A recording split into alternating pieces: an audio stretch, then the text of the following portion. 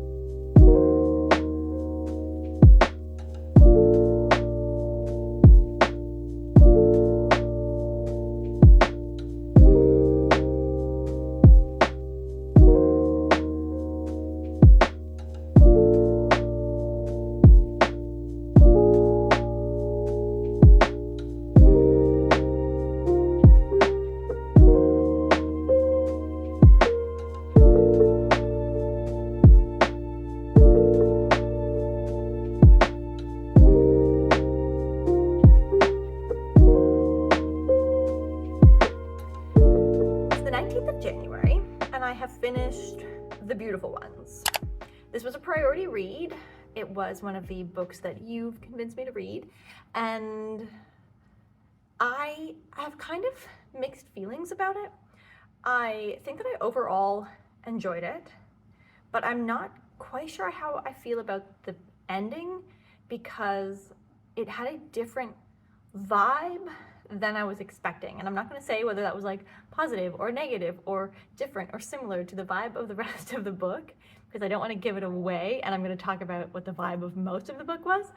So I don't want to give it away in any way, but just that it had a different feeling to the ending than I was expecting. But I'm at work, I have to re-roll some maths the correct way. So I thought I would tell you about that. So this is following 3 main characters, Nina, Hector, and Valerie.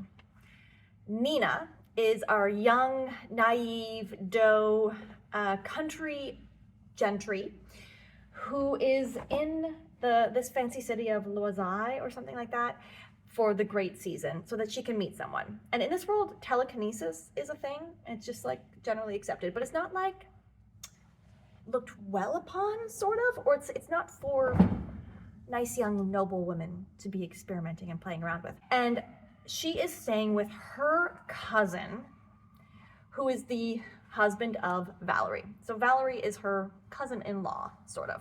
And Valerie is very, very opposite of Nina. She is perfect and poised and intentional and decorous and really, really hates Nina's guts.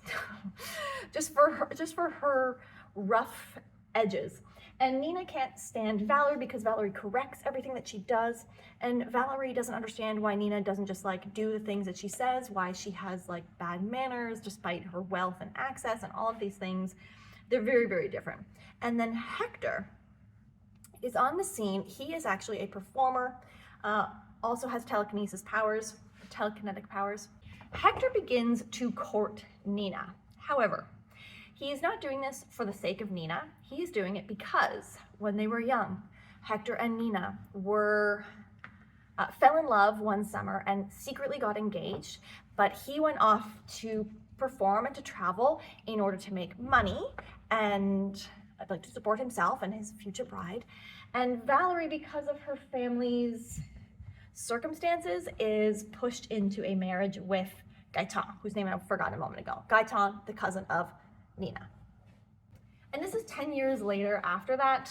What we're getting into here is like the complicated dynamics between these 3 people. Nina, who thinks that she has finally found love because Hector pays attention to her and he brings her flowers every time that he comes. And Hector, who is using this access of courting Nina, or is using Nina, and using his courtship of her to get access to just like be around Valerie, who broke up with him in a letter, who like broke off their engagement in a letter. And Valerie, who knows what Valerie wants. She wants Hector to still be like in love with her, but doesn't want to give him anything, and hates Nina's guts, and wants Gaetan to give her and her family more money. And so the book is just this like tragic and painful interplay of these 3 people using each other. In the first half of the book, none of the main characters are particularly likable. Nina is the closest. However, you also see Nina through Valerie's eyes, and while Valerie is a bitch, you can agree with her on some points that Nina is like not, living up to the standards of the time. And Nina is young and naive, and she is, like, Valerie is accurate on, like, some of her critiques and flaws of her. So you have that, like, slight, like, okay, I can see where Valerie's coming from. And then, like, Valerie is just across the board not likable. Empathetic situation, and having been, like, essentially forced into this marriage with Gaetan, but still, like, she's not a nice person. And then Hector, again, you're like, oh, this doesn't feel great. He's, like, using this young girl. And so in the first half of the book, you're just like, everything is painful. These situations are so uncomfortable. But it was, I couldn't put it down. I needed to find out what happened. And you're just stressed. So it was like stressful, it was tense, and engrossing. I needed to keep the drama. I needed to keep, and the whole time, like, nothing is surprising, and that's not a bad thing. In that all of the characters like are very true to themselves, and so you're like, oh no, this is gonna happen. Oh no, this is gonna happen, and then it does. And you're like, no, why did they do that? There was one guess I was like, oh, it's gonna be this like one particular dynamic with this new person on the scene, and so is now gonna start feeling this other way, and even that didn't go the way that I was expecting. Like it was still also like a little bit painful in just like how selfish a lot of the people are in this situation. Did I enjoy it while I was reading? Yes. Yes, it was very engrossing. I did get to a point like right at the very, very end where I had to put it down for like a few days because I was certain that the scene was going to end a certain way and that was really painful and I needed to take like a bit of a break from it. It has much a lower rating than I would have expected, and I can see that because, again, the main characters are hard to like in the first half of the book. I will say that Valerie is one of the more or most hateful characters I have ever read, and that I have read for sure since Kyle from the Live Ship Trader series. Like, Valerie is on par with Kyle here. Like, in my head, I was like, she's the worst character I've ever read. I hate her so much. No redeeming features. But then I remembered Kyle, and so I was like, okay, actually, like, they're hateful in different ways. Kyle is just ignorant and a chauvinist, and Valerie is messed up and intentionally cruel. So yeah, The Beautiful Ones by Silvia Marina Garcia. My first book from this author. Definitely would read more. I have the sense that a lot of her books are very, very different. She did have an author's note, like on Goodreads, that if you're finding this book like because of Mexican Gothic, which I think was like a big, really big breakout popular book for the author, that it's like, you know, expect this thing to be different. She referenced it being more similar to her book, Gods of Jade and something like that. I'm not remembering the specific title, which is actually a book that I've considered reading of hers in the past, but I'm more likely to pick up Certain Dark Things, the vampire one of hers, next, because I just hear about that one every now and then, and people say generally positive things. So I would like to read that one, but I would definitely reconsider the other one, Shadow Gods, Jade, something like that. So there we have it. Priority read in the books.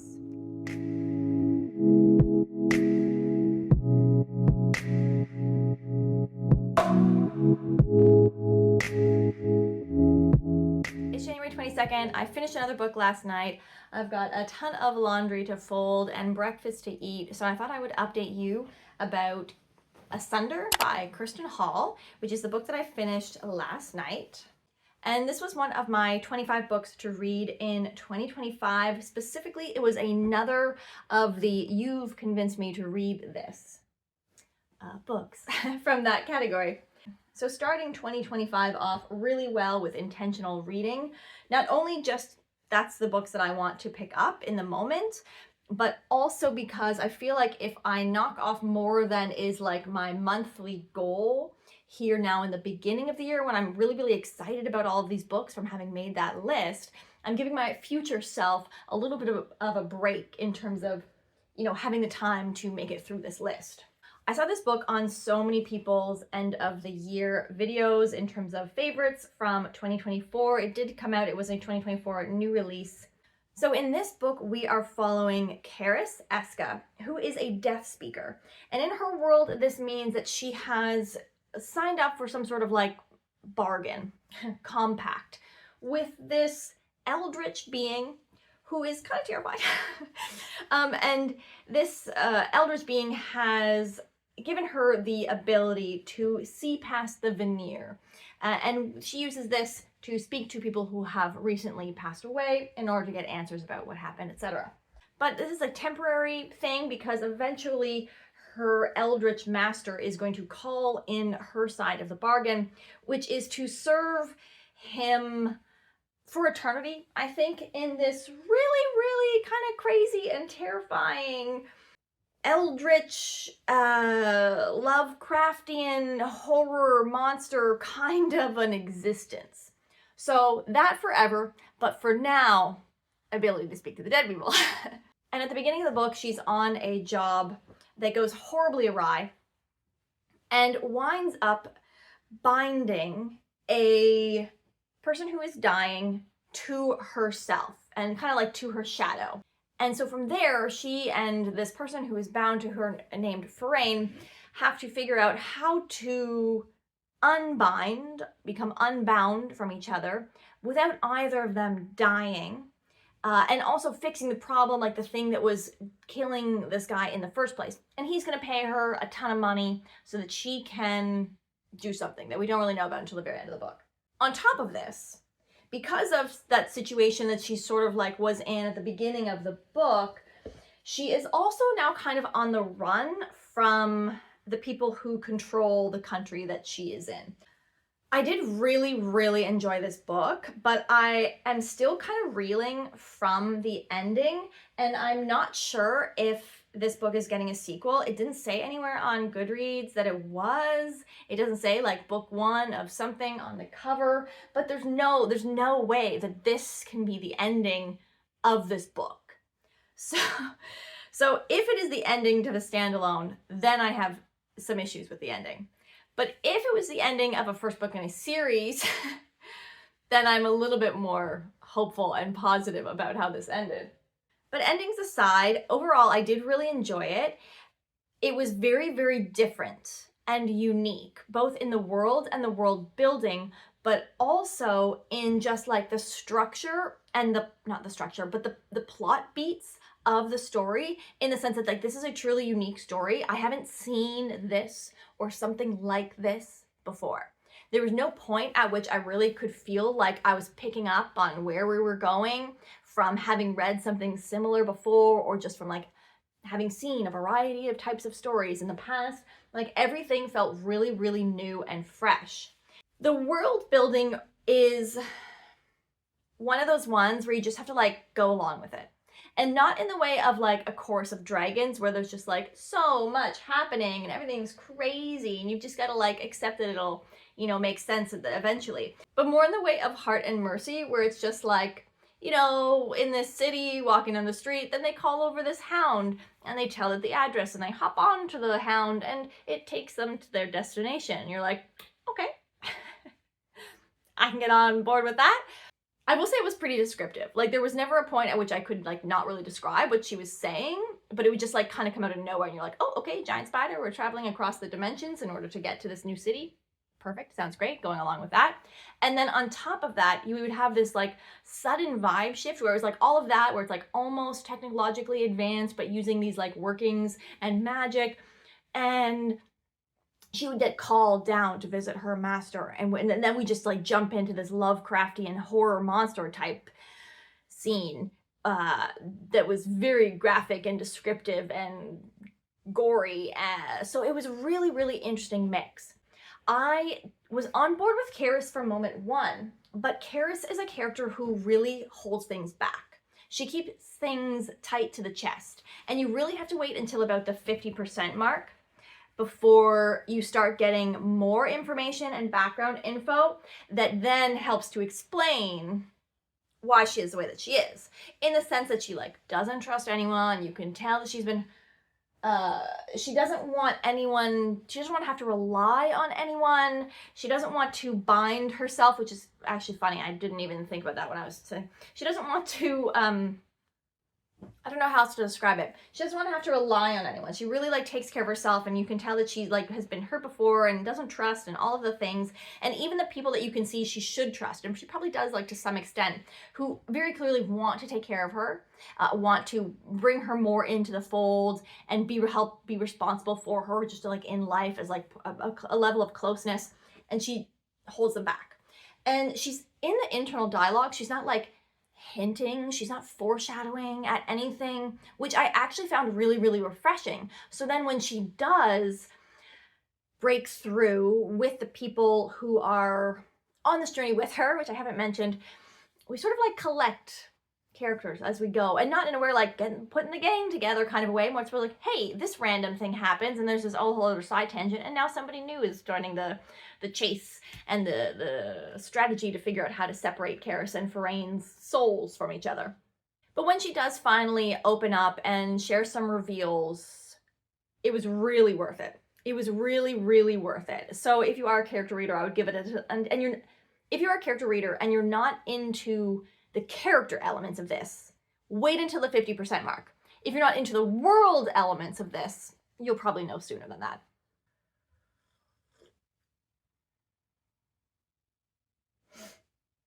Well, I think I'm gonna run out of storage, and honestly, I feel like if I keep talking, I'll keep talking for another 20 minutes, and I don't want that. So overall, I will just say that I did really enjoy this. I really, really liked it, and I can't decide how I feel overall about the book until I know if there is a second book. I know that I did see on Esme's review, she mentioned needing book 2 like now, but again, I'm not seeing any mentions of a book 2 anywhere else. So maybe she has more info, more intel than I, which is absolutely probably the case.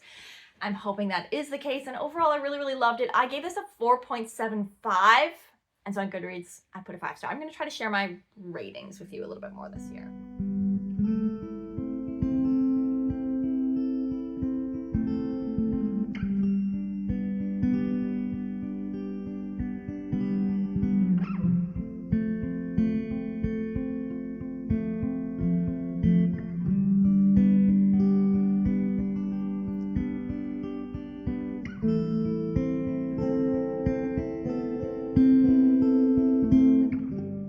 It's the 27th and I finished The Dead Romantics by Ashley Poston. I'm just relaxing in bed with my legs up the wall and a heating pad and my magnesium and some pineapple because I teach a million classes this week and I just want to relax a little bit before I get into another very physically demanding week. But The Dead Romantics, so The 7 Year Slip was a surprise new favorite from last year. It was one of my only 5-star reads of the year. Thought that I had heard relatively good things about The Dead Romantics, but I could be wrong. I could be mixing it up with another book by her. This book is about a ghostwriter who writes for a very famous but elderly romance novelist, and she can't bring herself to finish the 4th and final book in her contract because she no longer believes in love after a bad breakup, as is the case with all heroines in romance, almost all heroines in romance novels when the main character is a romance writer. And on top of that, she can actually see ghosts. Her and her father, this is falling. Her and her father have always been able to see ghosts. Her family runs a funeral parlor, and at the beginning of the book, after her new editor turns down another deadline and essentially has to threaten to involve legal if it's not going to be in on time, she gets news that her father has died and she has to go home, obviously, for all of that. And when she is there, the ghost of her brand new editor shows up at her door. And we go from there. So obviously it is dealing a lot with grief and a lot with death and people's feelings about death. But ultimately it just didn't connect with me in the way that I think that this has the ability to connect with some people. I think it is a personal taste thing in the sense that there was nothing inherently wrong with this. There was really great moments. I was actually really engaged and very, very swept up in the book, let's say. I wanted to keep reading. I wanted to keep finding out what happened. I wanted them to be together, even though he's obviously dead and a ghost, etc. But despite all of that, despite all of the objectively totally perfectly okayness that was going on, I think that there was just a mismatch with personality on this one, whereas in 7 Year Slip, I was so in love with it. This one, I just feel like the dialogue between the two, between our main character and the love interest, was not the right dialogue for me. I just didn't feel like I had the same sense of humor as the main character. And so while they were getting on really great with their gallows humor and really, really corny puns and stuff, I was happy for them and I wanted them to be together, but just I wasn't vibing with them as a couple, if that makes sense. Because it was people in the publishing world back in a small town, one of their small towns kind of set up, it actually kept making me think of Book Lovers by Emily Henry, which is a book agent and an editor. So this was an editor and an author, so not exactly the same, but in Book Lovers, they also go to a small town. and it's his small town, not her small town, but it made me think of that. And then additionally, and I don't love Book Lovers. That's the one that I dislike the most. Actually, I would say it's one of my least favorites by Emily Henry. I really disliked the whole sister element in that book, but I actually enjoyed the couple. And so while I don't necessarily want to reread Book Lovers right now, because again, I don't really like the sister and everything involved there, but I would perhaps, it has maybe put me in the mood to reread Beach Read, because that's an example where the dialogue between the two main characters totally clicked for me. And it was a lot more, I remember it being a lot more pop culture references than I previously thought that I liked, but I was on board with it because they were my pop culture references. But I digress. So The Dead Romantics was just like totally fine. I think I gave it a high 3. I think I gave it like 3.75. I could be misremembering. I'll put it up if it's something else. I think on Goodreads this year, if I give something a 0.75, I'm going to round up. But unless it's a 4.5, I'm like a 4.5, I'll probably give a 5 just because I'm really stingy with 5s on Goodreads and I feel bad about that. But otherwise, like if it's a 3.5, I'm going to give it a 3 on Goodreads. And I don't really give 2.5s, to be honest. So I'm DNFing those books. So like, what's the point? Anyway, that's Dead Romantics. So there we have it. It's made me want to reread Beach Read, oddly enough. So maybe I will do that sometime soon. I'm going to let myself reread when I feel like it this year and not feel the pressure to constantly be reading new things. But on a note of new things, I just got an email notification from NetGalley that I was actually approved for one of my super anticipated releases for 2025. I'm very excited because I don't get any NetGalley arcs anymore. That's like one of my goals this year, is to work on getting my like whatever completion percentage higher so that I can start getting more arcs again. I do have a really busy like week to the end of this month, so I'm not really sure what else I will finish, but regardless, I will get on to wrap up or close out the end of the month if I don't finish anything.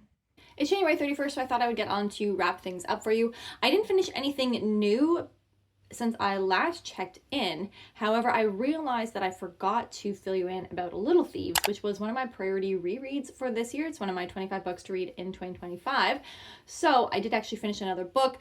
This was a reread, of course, as I said, and I'm gearing myself up to completing this series this year. Holy Terror is coming out in April. It has been a really long time since I read Little Thieves. I read it, I want to say at the beginning of 2022. So it's been a while, and in my head, I always like really loved it, but it was really nice to actually get back and reread it and re-experience it. It was really amazing to see I have been reading the short stories that are the fallow year. It's, Little Thieves 2.5. So having been reading those short stories kind of slowly over the past year as they have been released, and then going back and rereading Little Thieves, it was a really dramatic difference of experiencing Vanya where we are at this point in the series leading into the third book, and then seeing where we came from with Vanya in the first book, who was a very different person, just like the same person, but she's so much more helpful and kind now where we are in the series compared to in Little Thieves, where it was very much so like survival of myself. Nobody else is looking out for me. I have to take care of myself. No one else has put me first. I have to put me first, and willing to cut corners, take risks, put other people out in order to prioritize in order to take care of herself in that way. So we have come on a really far journey with Vanya, and I think that was really clear during my reread. Overall, like the plot and the pace of everything moved a lot more quickly than my memory of it. It is a Goose Girl retelling where our main character Vanya was originally the handmaid or like a maid for this princess Giselle, and Giselle happens to have a necklace that changes her appearance into this perfect state of being, and so Vanya takes the necklace and abandons Giselle and takes over the identity of Princess Giselle. She then uses this identity to moonlight as a jewel thief because she needs to build up enough money or save up enough money to escape this empire because her godparents, Death and Fortune, a sapphic, real gods walking the world kind of a situation, which is amazing. They declared, like, at her 13th birthday that she is now to serve them, or to serve one of them. She has to pick one. And so she's trying to escape to get far out of their reaches in order to not serve one of them for good. And on that note, I will say I remember my memory of, like, the relationship with her godparents being a little bit, I remember feeling that it was more manipulative than I felt like it was in this reread. I guess because I knew where we were going and I knew why the things happened the way that they happened. But I remember it feeling more uncomfortable and icky, but I guess it's because you, like, slowly learn Vanya's backstory over the course of the book. So I felt more uncomfortable about it as I was learning more and more. Whereas now I knew the story, I knew the path that we were going, and I understand the mistakes and the misunderstandings that happened. So I didn't feel as negatively towards them as I did maybe in my first reading. And again, like, having read the second book and all of the short stories, I have, like, those interactions with them also top of mind when reading it. Overall, it's a really positive reread experience. I really, really love this book. I think it's super underhyped. I think the series is underhyped. It does really work as a complete standalone if everything isn't, like, everything is perfectly tied up, but the relationship isn't, and Vanya's personal growth isn't complete at the end of Little Thieves. So if you read it and you're like, that was fine, I would still give Painted Devils a check out. I'm going to be rereading it as well as soon as I could pick it up right now, I think, with the audio, but I have been putting it off. I kind of want to pace myself a little bit to get to April. But yeah, if you have other questions, I do have a full review for Little Thieves that's dated back from whenever it first came out. And I'm going to be doing a wrap up for both Little Thieves and Painted Devils in anticipation for Holy Terrors coming out. So you can get, like, the specific details of all of the, like, gods and magic, maybe some empire stuff. I don't know. I did not actually take as good of notes as I planned to, which is just the way that it is for me. I'm just not a note taker as much as I would like to be. So that's something that I have to work on this year because I do really want to do and enjoy doing recap videos. I just have to take good notes while I'm reading it, which is a struggle. So that sums up my January. Overall, I read 5 books, so I only told you about 4 of them, and that's because one of the books was for a project vlog that I'm going to be releasing when that project is complete. However, I will tell you what book it is because I have since realized or remembered that I put that book on my priority list for the year. So that was The Adventures of Amina Sirafi. I also read in January. You just won't get to hear my in-depth thoughts about it until the project vlog relevant here comes out in a little while. I still have a couple other books to read for that one, so stay tuned for that. And if you are keeping track, that brings, out of the 5 total books that I read in January, 4 of them were priority reads. So I have checked off 4 of my 25 books to read in 2025 already in January. 3 of them were the You've Convinced Me to Read books. That was The Beautiful Ones, Asunder, and The Adventures of Amina Sirafi, and then the other one was Little Thieves, a reread. So I'm just, like, killing it so far in the priority reads. I do think that it will help me complete things overall with the priority reads because I'm excited about all of these books right now, and as the year goes on, I know that my, like, feelings are gonna, like, taper and drop, and there'll be other new releases that everyone's talking about that I'm gonna want to read. So I feel good completing this amount right now. And again, they're the books that are top of mind because they're the books that I was thinking about when I made this list. So it doesn't surprise me that I, checked off so many already. It is interesting that it's the You've Convinced Me category as well. I have been thinking about, like, last year I just gave myself, like, intentional check marks as a reward for my intentional reading. I am considering giving myself, like, a little bit of leeway with perhaps buying some ebooks of indie reads that I want to get to, or maybe even, like, buying some books for myself for my birthday, depending on maybe, like, where I'm at partway through the year when my birthday comes around in July. So that is something that I'm thinking about. So I don't have anything set in stone right now, but I have 4 intentionality check marks banked away here towards whatever prize I happen to give myself, or just because these are the books that I want to read and that makes me feel good to read intentionally. But I will leave you there. I do these monthly wrap-up reading vlogs every month, so I will see you in February, as well as all of the other videos that I release between now and then. Have a great day, everyone. Bye.